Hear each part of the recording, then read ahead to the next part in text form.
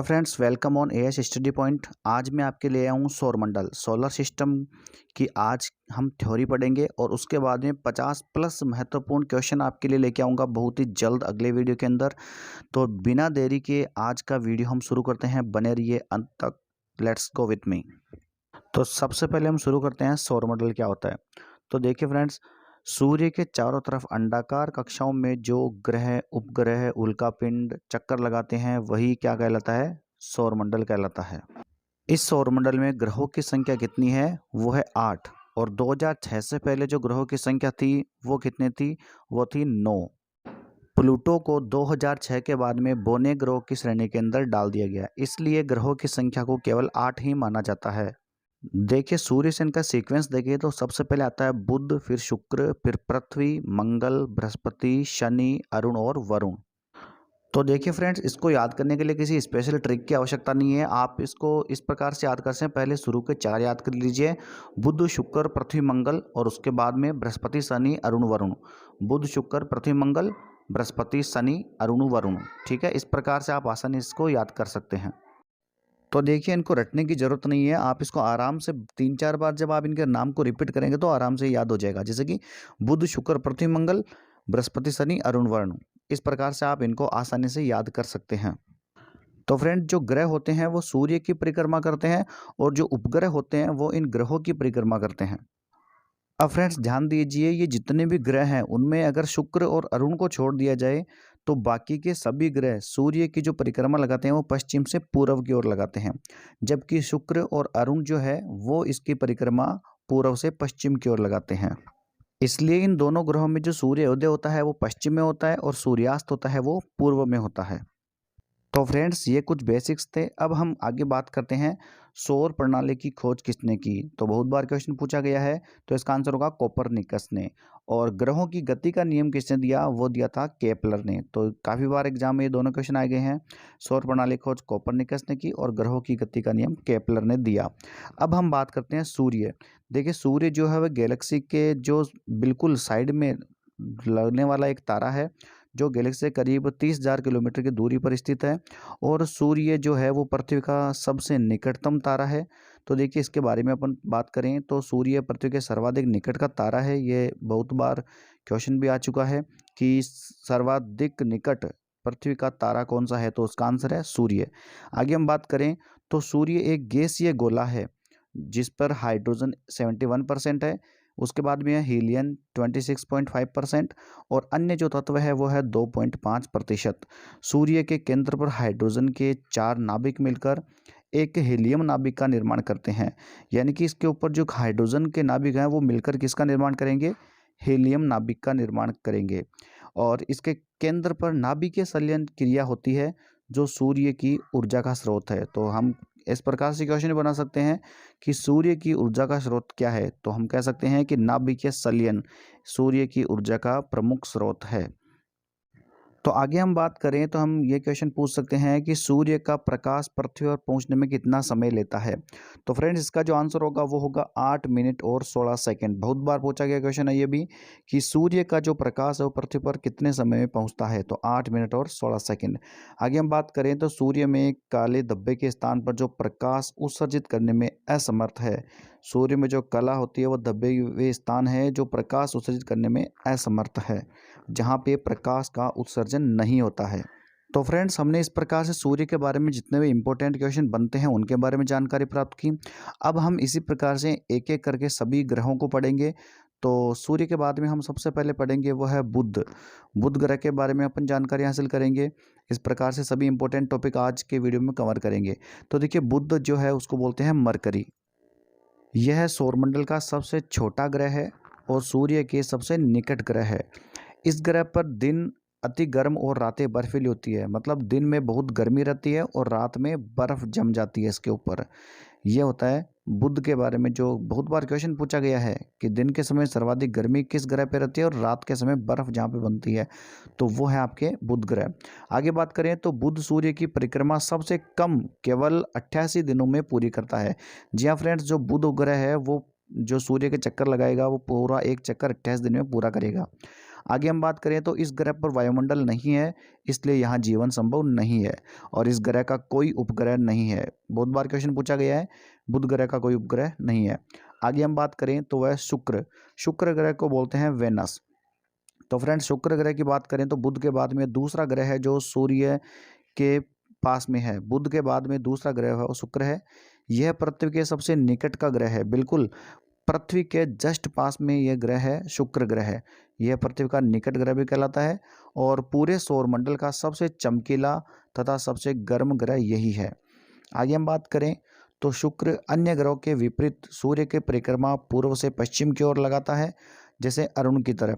इसलिए इसका सूर्योदय पश्चिम की ओर और सूर्यास्त पूर्व में होता है, जो कि मैंने आपको पहले ही बता दिया है वीडियो के शुरू में ही, शुक्र और अरुण के बारे में। ये दोनों उल्टी परिक्रमा लगाते हैं सूर्य के।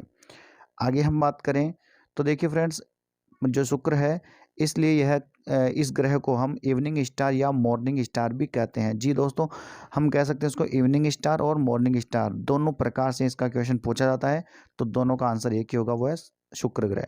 और इसका जो आकार घनत्व में पृथ्वी के समान है, इसलिए इसे कई नामों से जाना जाता है। अर्थ ट्विंस, पृथ्वी का जुड़वां ग्रह और पृथ्वी की बहन भी इसको कहा जाता है। और इस ग्रह का कोई भी उपग्रह नहीं है, जैसे बुध का कोई उपग्रह नहीं था वैसे ही शुक्र का भी कोई उपग्रह नहीं है। और इस ग्रह के वायुमंडल में 95% कार्बन डाइऑक्साइड और 3.5% इसके ऊपर नाइट्रोजन उपस्थित है, इसलिए यहाँ जीवन संभव नहीं है। जी फ्रेंड्स, अब इसमें से जो भी इंपॉर्टेंट क्वेश्चन बनते हैं वो आपके सामने हैं, आप स्क्रीनशॉट लेकर इसको आराम से पढ़ सकते हो और अपने नोट्स भी तैयार कर सकते हो। आगे हम बात करें तो वह है पृथ्वी। जी फ्रेंड्स, पृथ्वी की हम बात करें तो यह सौरमंडल का एकमात्र ग्रह है जिस पर जीवन है। पृथ्वी के विषुवत व्यास और ध्रुवीय व्यास के बीच लगभग 43 किलोमीटर का अंतर है। जी हाँ दोस्तों, यह है 12,714 और यह है 12,756 किलोमीटर। जो विषुवत व्यास और ध्रुवीय व्यास है, इन दोनों के बीच का जो लगभग अंतर है वो है 43 किलोमीटर, 43 किलोमीटर का इन दोनों के बीच में अंतर है। इस प्रकार से आप पृथ्वी के बारे में जान सकते हो। यहाँ से क्वेश्चन भी बहुत बार पूछा गया है कि दोनों व्यास के बीच में कितने का अंतर है। आगे बात करें तो पृथ्वी अपने अक्ष पर 23.5 डिग्री झुकी हुई है। और आगे हम बात करें तो यह अपने अक्ष पर पश्चिम से पूर्व 27 किलोमीटर प्रति मिनट की गति से घूमती है और ये एक चक्कर 23 घंटे 56 मिनट और 4 सेकंड में पूरा करती है। अपने ही अक्ष पर जब ये घूमेगी तो 23 घंटे 56 मिनट और 4 सेकंड का ये पूरा समय लेगी। एक घूर्णन चक्कर पूरा करने में लगा समय है। जल की उपस्थिति के कारण इसे नीला ग्रह भी कहा जाता है। जी फ्रेंड्स, अगर बात करें तो नीला ग्रह वो है पृथ्वी। पृथ्वी को अगर हम अंतरिक्ष से देखें तो इस प्रकार से हमें नीला दिखाई देगा, और जो कि चंद्रमा और सूर्य इन दोनों के बीच में स्थित होती है। सूर्य के चक्कर लगाती है पृथ्वी और पृथ्वी के चक्कर लगाता है चंद्रमा, और जो कि एकमात्र इसका उपग्रह भी है। पृथ्वी का एकमात्र उपग्रह कौन है? चंद्रमा। यह भी क्वेश्चन बहुत बार पूछा गया है। आगे हम बात करें तो पृथ्वी को सूर्य की परिक्रमा पूरा करने में 365 दिन 5 घंटे 48 मिनट और 46 सेकंड का समय लगता है। जी हाँ फ्रेंड्स, एक साल में यह एक चक्कर पूरा करती है, जिसका समय एग्जैक्ट समय 365 दिन 5 घंटे और 48 मिनट और 46 सेकंड है। इस प्रकार से आप पृथ्वी से रिलेटेड जो भी क्वेश्चन बनते हैं वो अपनी नोटबुक में आप नोट कर सकते हो, अपने नोट्स तैयार कर सकते हो। ख़ास तौर से यह राजस्थान पुलिस का जो एग्ज़ाम है उसके लिए बहुत ही इम्पोर्टेंट टॉपिक है आज का ये टॉपिक अंतरिक्ष वाला। तो फ्रेंड्स, आगे हम बात करें तो पृथ्वी के अपने अक्ष पर झुके होना और सूर्य के सापेक्ष स्थिति में परिवर्तन के कारण यह ऋतु में परिवर्तन देखने को मिलता है। जिस प्रकार से ऋतुएं बनती हैं, सर्दी, गर्मी, बारिश, वो सभी इसके झुकाव की वजह से हैं। और सबसे अधिक चमकीला तारा जो है वह साइरस, डॉग स्टार भी इसको कहा जाता है, जो कि पृथ्वी से 9 प्रकाश वर्ष की दूरी पर स्थित है। अब देखिए, सूर्य से पृथ्वी की दूरी की बात करें तो पृथ्वी अंडाकार पथ पर सूर्य की परिक्रमा करती है, जिसके कारण सूर्य से इसकी दूरी बदलती रहती है। अधिकतम दूरी है इसकी 15.21 करोड़ किलोमीटर, जो 4 जुलाई को होती है, और न्यूनतम दूरी है 14.70 करोड़ किलोमीटर, जो कि 3 जनवरी को है। तो क्वेश्चन इस प्रकार से बनता है, अधिकतम दूरी जो है वो है 4 जुलाई को और न्यूनतम दूरी जो है वो 3 जनवरी को। यहाँ से वेरी वेरी इंपॉर्टेंट क्वेश्चन बन सकता है आपके, तो ये आप नोट डाउन कीजिए अपनी नोटबुक के अंदर। अधिकतम दूरी है वह है 4 जुलाई को, जो कि 15 करोड़ 21 लाख होगी, और न्यूनतम दूरी जो रहेगी वो रहेगी 3 जनवरी को 14 करोड़ और 70 लाख किलोमीटर। इस प्रकार से आपके 2 क्वेश्चन यहाँ से बनते हैं। पृथ्वी की जो दूरी है सूर्य से वो इस प्रकार से। अब यहाँ पे नोट आप कर लीजिए, पृथ्वी और सूर्य के बीच की औसत दूरी खगोलीय एकक कहलाती है। जी बिल्कुल, यहाँ से खगोलीय एकक का प्रश्न बनेगा, जो कि पृथ्वी और सूर्य के बीच की औसत दूरी को खगोलीय एकक कहते हैं। यहाँ से आप क्वेश्चन नोट कर सकते हो। देखिए, हम इसको इस प्रकार से समझ सकते हैं, जो पृथ्वी है वो सूर्य के इस प्रकार से चक्कर लगाती है। जब ये दूर रहती है तो इसकी जो चाल है वो धीरे हो जाती है, और जब ये जैसे इसके पास में आएगी इसकी गति थोड़ी बढ़ जाएगी, मतलब इसकी जो स्पीड है वो थोड़ी बढ़ जाएगी। इस प्रकार से आप इसको समझ सकते हो। अंडाकार पथ में यह पृथ्वी सूर्य के चारों तरफ परिक्रमा करती है। इस प्रकार से अगर आपने वीडियो को लाइक और सब्सक्राइब चैनल को नहीं किया है तो एक बार वीडियो को लाइक करें और चैनल को सब्सक्राइब करें और अपने दोस्तों के पास फॉरवर्ड करें। देखिए फ्रेंड्स, यहाँ से जितने भी क्वेश्चन बनते हैं वो मैंने आपको पृथ्वी से रिलेटेड सभी यहाँ पे करवाए हैं। अब हम बात करते हैं मंगल ग्रह की, जिसको बोलते हैं मार्स। इसे लाल ग्रह, रेड प्लैनेट कहा जाता है। आयरन ऑक्साइड के कारण इसका रंग लाल है। पृथ्वी के समान यह अपनी अक्ष से 25 डिग्री के कोण पर झुका है, इसलिए यहाँ ऋतु परिवर्तन होता है। और इस ग्रह पर वायुमंडल का पतला आवरण है, जिसे नाइट्रोजन एवं ऑर्गन गैसें पाई जाती है। और मंगल ग्रह के 2 उपग्रह है, फोबोस और डिमोस। वेरी इंपॉर्टेंट क्वेश्चन है ये। मंगल ग्रह के 2 उपग्रह है, फोबोस और डिमोस, जो कि डिमोस है वो सौरमंडल का सबसे छोटा उपग्रह है। जी फ्रेंड्स, यहाँ से 2 क्वेश्चन बनते हैं। अब देखिए, सौरमंडल का सबसे बड़ा ज्वालामुखी ओलिपस मेसी एवं सौरमंडल का सबसे ऊंचा पर्वत वो है निक्स ओलंपिया, जो माउंट एवरेस्ट से 3 गुना अधिक ऊंचा है। इसी ग्रह पर स्थित है, जो कि मंगल ग्रह पर स्थित है। तो यहाँ से दोनों क्वेश्चन याद रखें। अब बात करते हैं बृहस्पति, जुपिटर। यह सौरमंडल का सबसे बड़ा ग्रह है। यह ग्रह मुख्यतः गैस और द्रव से मिलकर बना है, इसलिए पृथ्वी में ठोस भूमि का अभाव है। इस पर इसके उपग्रह ठोस पिंड है। आगे, बृहस्पति के उपग्रह की संख्या सौरमंडल में सबसे अधिक। इनमें से गैनीमेड सौरमंडल का सबसे बड़ा उपग्रह है। तो दोस्तों, बृहस्पति के लिए जरूर याद रखिए, बृहस्पति के उपग्रहों की संख्या सौरमंडल में सबसे अधिक है, और इसमें से गैनीमेड सौरमंडल का सबसे बड़ा उपग्रह है। सभी ग्रहों में इसकी रोटेशन स्पीड सबसे अधिक है, 10 घंटे, और इसको सूर्य की एक परिक्रमा लगाने में 12 वर्ष का समय लगता है। बिल्कुल, इसका परिक्रमण काल सबसे अधिक है, सबसे अधिक तो नहीं कह सकते, अधिक है, और घूर्णन वह है वो सबसे कम। मंगल और बृहस्पति कक्षाओं के बीच कुछ छोटे छोटे आकाशीय पिंड है जो सूर्य की परिक्रमा कर रहे हैं। इसे क्षुद्र ग्रह एस्ट्रॉइड कहते हैं, जिसमें से हम एक कह सकते हैं सीरस, जो कि पृथ्वी की कक्षाओं में चक्कर लगाते हैं, जो कि मंगल और बृहस्पति कक्षाओं के बीच कुछ छोटे पिंड है ये। अब हम बात करते हैं शनि, स्टर्न। यह आकार में दूसरा सबसे बड़ा ग्रह है बृहस्पति के बाद में। इस ग्रह की एक विशेषता है कि इसके चारों ओर प्रकाश की कुंडली, जिसे वलय कहा जाता है, इन वलय की संख्या 7 है, और खोज गैलीलियो द्वारा की गई। शनि का सबसे बड़ा उपग्रह टाइटन है, जो सौरमंडल का सबसे दूसरा बड़ा उपग्रह है।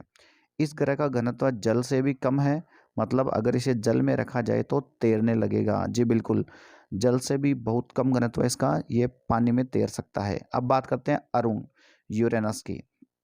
यह सौरमंडल का तीसरा सबसे बड़ा ग्रह है, और इसका परिक्रमण शुक्र की भांति है, मतलब उल्टा है, पूर्व से पश्चिम की ओर। बाकी सभी ग्रह पश्चिम से पूर्व की ओर परिक्रमा लगाते हैं, लेकिन अरुण और शुक्र जो है वो सूर्य की परिक्रमा उल्टे क्रम में लगाते हैं। यह अपनी धुरी पर सूर्य की ओर इतना झुका है कि लेटा हुआ सा दिखाई देता है, इसलिए इसे लेटा हुआ ग्रह भी कहा जाता है। यहाँ से क्वेश्चन बनता है, लेटा हुआ ग्रह किसे कहा जाता है, तो वो है अरुण। इसके वायुमंडल में मीथेन अधिक मात्रा में है। अब बात करते हैं वरुण की, नेपच्यून। यहाँ से जो क्वेश्चन बनता है, यह हरे रंग का ग्रह है, और यह सूर्य के सबसे अधिक दूरी पर स्थित ग्रह है। जी फ्रेंड्स, और मीथेन की अधिकता के कारण ही यह ग्रह का प्रकाश हरे रंग का है। इस ग्रह का जो रंग है वो हरे रंग का है। क्यों? क्योंकि इस पर मीथेन गैस की अधिकता है, इसलिए इसको हरा ग्रह भी कहा जाता है। यहाँ तक जो क्वेश्चन बनते हैं वो आप नोट डाउन कर सकते हैं। नेपच्यून से रिलेटेड, नेपच्यून का रंग हरा है मीथेन गैस की वजह से। और इसे हरे रंग का ग्रह और सूर्य के सबसे अधिक दूरी पर स्थित ग्रह भी कहा जाता है।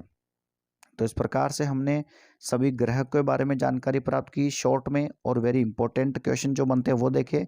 अब देखिए सूर्य ग्रहण और चंद्र ग्रहण के बारे में बात करें, एग्जाम में यहाँ से भी काफ़ी क्वेश्चन बहुत बार पूछे गए हैं। तो देखिए सबसे पहले बात करें सूर्य ग्रहण क्या होता है। जब सूर्य और पृथ्वी के बीच में चंद्रमा इस प्रकार से आ जाए कि सूर्य का जो प्रकाश है वो पृथ्वी तक पूरा नहीं पहुँचता है, तो वहाँ पे सूर्य ग्रहण की स्थिति बनती है। ये सूर्य ग्रहण इस प्रकार से होगा। चंद्र ग्रहण की बात करें तो सूर्य और चंद्रमा के बीच में पृथ्वी एक सिद्ध में इस प्रकार आ जाए कि वह सूर्य की किरणों को पूरी ढक ले, चंद्रमा पर ना पहुंचने दे, तो वो होता है चंद्र ग्रहण। तो इस प्रकार से हमने सूर्य ग्रहण और चंद्र ग्रहण के बारे में जानकारी प्राप्त की। यहाँ से जो क्वेश्चन बनता है तो आप बिल्कुल बता सकते हो, पृथ्वी और सूर्य के बीच में जो चंद्रमा आता है तो सूर्य ग्रहण होता है, और यदि सूर्य और चंद्रमा के बीच में पृथ्वी आती है तो वह चंद्र ग्रहण होता है। तो इस प्रकार से अपना थ्योरी सेक्शन यहाँ पे पूरा होता है। नेक्स्ट वीडियो में मैं लेके आऊँगा आपके लिए अंतरिक्ष से रिलेटेड सभी वेरी इंपॉर्टेंट क्वेश्चन जो आपके लिए बहुत ही इंपॉर्टेंट होने वाले हैं। तब तक के लिए थैंक यू।